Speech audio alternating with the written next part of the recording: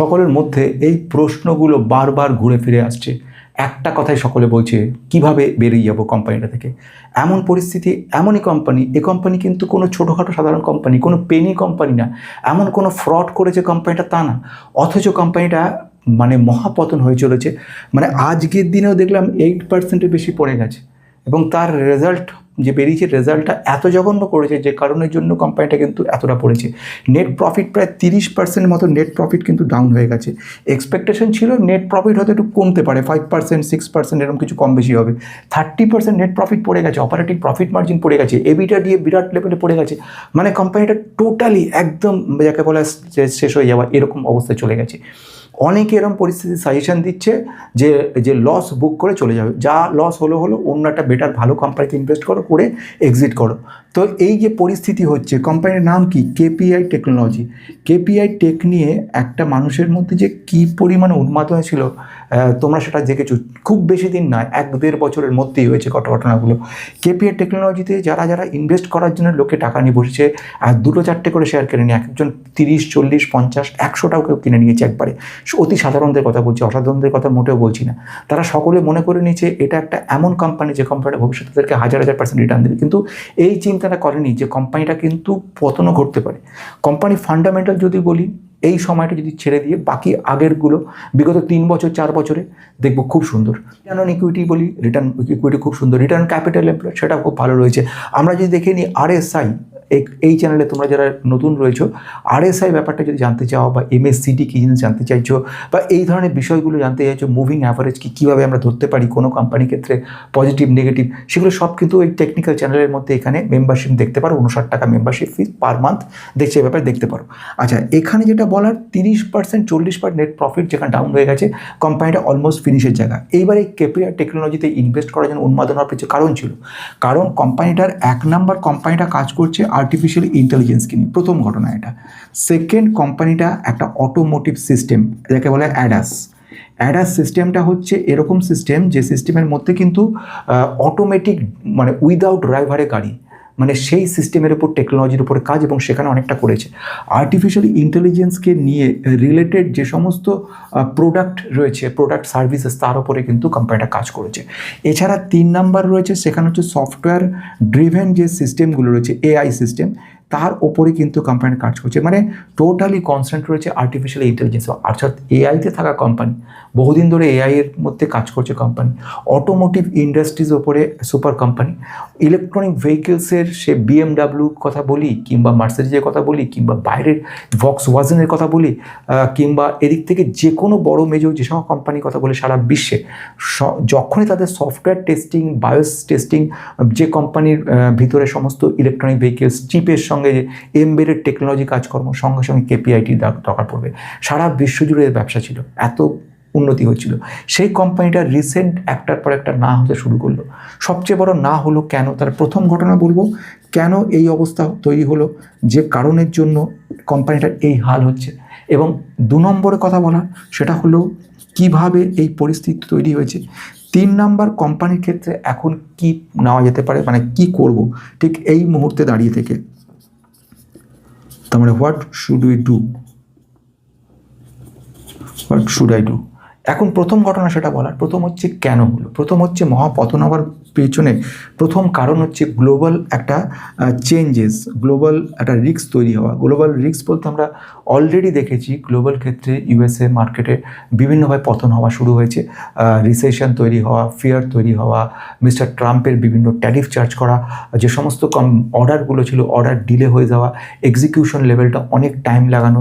দ্বিতীয়ত ব্যাপার, আরেকটা ব্যাপার হলো, যেরকম কোনো কোম্পানি, যেরকম ওদের সঙ্গে খুব যেসব কোম্পানিগুলো তোরা এআইয়ের উপর কাজ করতো তারা ওইএম কোম্পানি বলে, সে সমস্ত ওইএম যে কোম্পানিগুলো রয়েছে, সেসব কোম্পানিগুলো নিজেরাই এই সমস্ত আর্টিফিশিয়াল ইন্টেলিজেন্স সফটওয়্যারগুলো নিজেরা কাজ শুরু করলো, যে কারণের জন্য বেশ কিছু কোম্পানি বলে দিল এখন ভাই আর দরকার নেই তোমার, আমরা নিজেরা করে নেবো বা পরে তোমাকে ডেকে নেবো।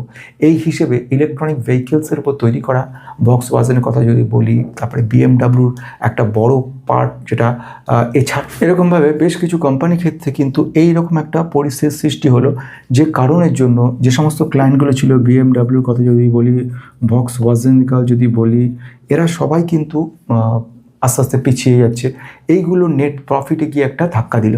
তৃতীয় ব্যাপার যেটা খুব বড় ব্যাপার সেটা হচ্ছে মার্জিন কস্ট। মার্জিন কস্ট ব্যাপারটা তার কারণ হচ্ছে যে নেট প্রফিটটা তো পড়েছে, কোম্পানি, কোনো একটা কোম্পানি তুমি কাজ করছো, কোম্পানির তোমার একটা ফিক্স স্যালারি রয়েছে, কোম্পানির প্রোডাকশনটা কমে গেল, কোম্পানিতে যে অর্ডারগুলো সেগুলো কমে গেল, যে প্রফিটটা আসার কথা সেটা বন্ধ হয়ে গেল, কিন্তু তোমার মাইনেটা তো দিয়ে যেতে হবে। যে অফিস বিল্ডিংটা সেখানে তো এসি চলবে, সেখানে লাইটগুলো জ্বলবে, এগুলোকে বলা ডাইরেক্ট এক্সপেন্স যেগুলো রয়েছে সেই সমস্ত ডাইরেক্ট এক্সপেন্সগুলো কন্টিনিউ চলবে। রেন্ট যেসব জায়গায় নেওয়া সেগুলো সব চলবে, যেসব সফটওয়্যারগুলো হায়ার করা, ক্লাউড কম্পিউটারগুলো যেগুলো রয়েছে, সার্ভার কিছু যে কম্পিউটার রয়েছে, এই সমস্তগুলো, অ্যাডভার্টাইজমেন্ট কস্ট, বিভিন্ন যে কস্টগুলো সেগুলো সব রয়েছে। এইগুলো আলটিমেটলি মার্জিন প্রেশার তৈরি করে ব্যাপারটাকে একদম সুইচ করে দিল, চেপে দিল, যে কারণের জন্য আলটিমেটলি কিন্তু কোম্পানিটার প্রফিটেবল ধাক্কা লাগলো। 4 নাম্বার আরেকটা গুরুত্বপূর্ণ পয়েন্ট বলবো, বড় বড় ব্রোকাররাও এর সঙ্গে দায়ী রয়েছে। ব্রোকাররা সবাই একসঙ্গে মিলে, যেরকম গোল্ডম্যান সাচের কথা যদি বলি এবং আদার জেপি মর্গান বলি, তারা পরিষ্কার বলে দিল কোম্পানিগুলো ডাউন গ্রেডের কথা। কোম্পানির এখনই অন্তত 2027 সালের পর্যন্ত, 28 সাল পর্যন্ত কোনো গ্রোথ হওয়ার কোনো সম্ভাবনা নেই, বরঞ্চ আরও পড়ার সম্ভাবনা রয়েছে। এগুলো ওরা বলেই দিল আগে থেকে, যে কারণের জন্য কিন্তু প্রবলেম তৈরি হলো। আরেকটা ব্যাপার রয়েছে হাই ক্লায়েন্ট কনসেন্ট্রেশন। বিএমডাব্লিউর ম্যাক্সিমাম রেভিনিউ প্রায় 12% বিএমডাব্লিউ করতো, এখন বিএমডাব্লিউ যেই মুহূর্তে বন্ধ করে দিল, বললো এখন লাগবে না, ঠিক সেই মুহূর্তে 12 থেকে 14% ডাউন হয়ে গেল শুধু একটা কোম্পানির জন্য। সুতরাং এইটা একটা বিরাট বড় প্রবলেম দাঁড়ালো। এই যে নেট প্রফিটটা আলটিমেটলি এতটা পড়েছে, এরই ইম্প্যাক্ট আজকে আমরা দেখলাম 8%, কিন্তু লং টার্মে যে 54, 55, 57% পড়ে গেছে বলছে, সেটা হওয়ার পিছনে যে কারণ রয়েছে সেটা হচ্ছে সব কটা মিলিয়ে কারণ তৈরি হচ্ছে। এবারে আসছি পরের ব্যাপার, এই যে এতটা প্রফিট দাম কমে গেল, এটা কিভাবে মেকআপ হবে? আদৌ মেকআপ হবে তো না কোম্পানিটা আস্তে আস্তে পুরো মুছে যাবে? খুব সাংঘাতিক কথা এটা।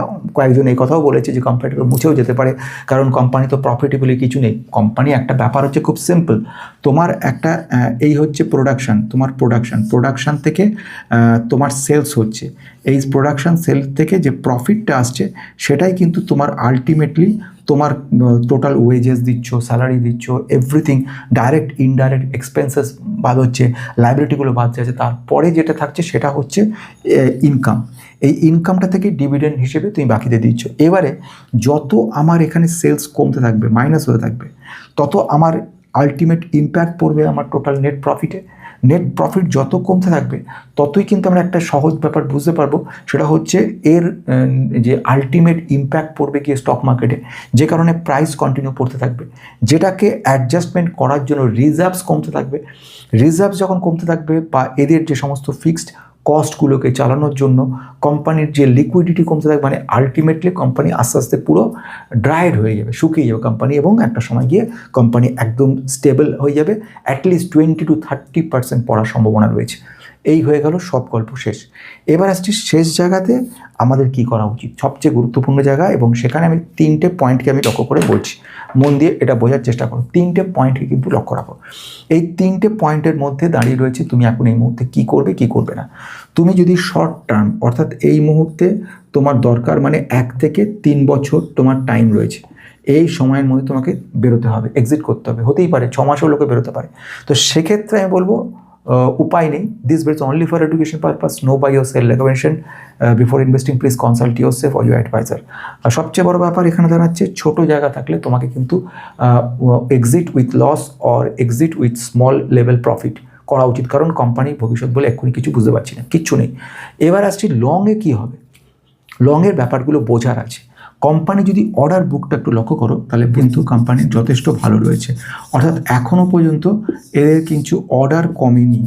এদের যে সফটওয়্যার যে কাজগুলো রয়েছে, সফটওয়্যার ড্রিভেন যে ভেহিকেলস রয়েছে, যাকে আমরা বলবো ভেহিকেলস রয়েছে, এসডিভি, এই এসডিভিগুলো কিন্তু ভবিষ্যতেও কাজে লাগবে। যখনই ইলেকট্রনিক ভেহিকেলস বা অটোমোটিভ সিস্টেমের কাজকর্মগুলো বাড়তে থাকবে, তখনই কিন্তু এসডিভি দরকার পড়বে। ম্যানেজমেন্ট তরফ থেকে যথেষ্ট বুলিশ রয়েছে, এবং তারা বলছে আমরা এটা ঠিক যে আগামী 2027 সালেও আমাদের খুব একটা প্রফিট থাকবে না, কিন্তু লং টার্মে আমাদের কিন্তু একটা পজিটিভ ব্যাপার থাকতে পারে, এই একটা ব্যাপার বলেছে। এবং এ ব্যাপারে মতিলাল অসওয়াল কিন্তু একটা পজিটিভ ব্যাপার শুনিয়েছে, বলছে যে কোম্পানি ক্ষেত্রে ভবিষ্যতে ভালো করতে পারে, কারণ হচ্ছে এই এসডিভির কারণের জন্য কোম্পানির ডিমান্ড ভবিষ্যতে বাড়বে।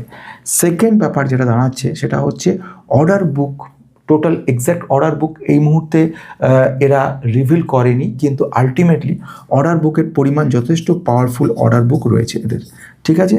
সেকেন্ড ওয়ান হচ্ছে এক্সিকিউশন লেভেল। এক্সিকিউশন লেভেলে যে কথাটা আমি বলবো, সেই এক্সিকিউশন লেভেলের ব্যাপারে যদি বলি, এক নাম্বার ম্যানেজমেন্ট কিন্তু যথেষ্ট স্ট্রং রয়েছে, স্ট্রং ম্যানেজমেন্ট রয়েছে, এবং এদের যে টেকনোলজিক্যাল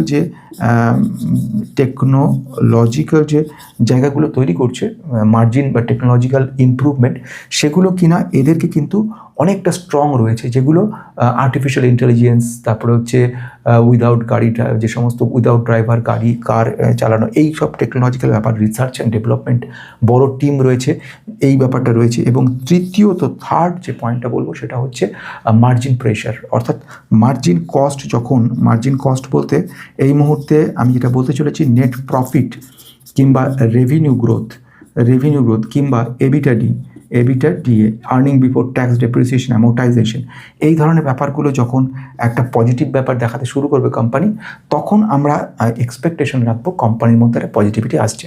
অর্থাৎ আমার যে তিনটে পয়েন্ট বলেছিলাম, প্রথম পয়েন্ট হচ্ছে অর্ডার, একটা অর্ডার পাওয়া এবং সেটাকে এক্সিকিউশন করে সেটাকে প্রফিটে কনভার্ট করা, এইটা যতক্ষণ না হচ্ছে ততক্ষণ কোম্পানি 3 বছর 5 বছর 7 বছর নাও কোনোদিন কিছু প্রফিট আসতে পারে, যদি এক্সিকিউশন লেভেল ভালো না হয়।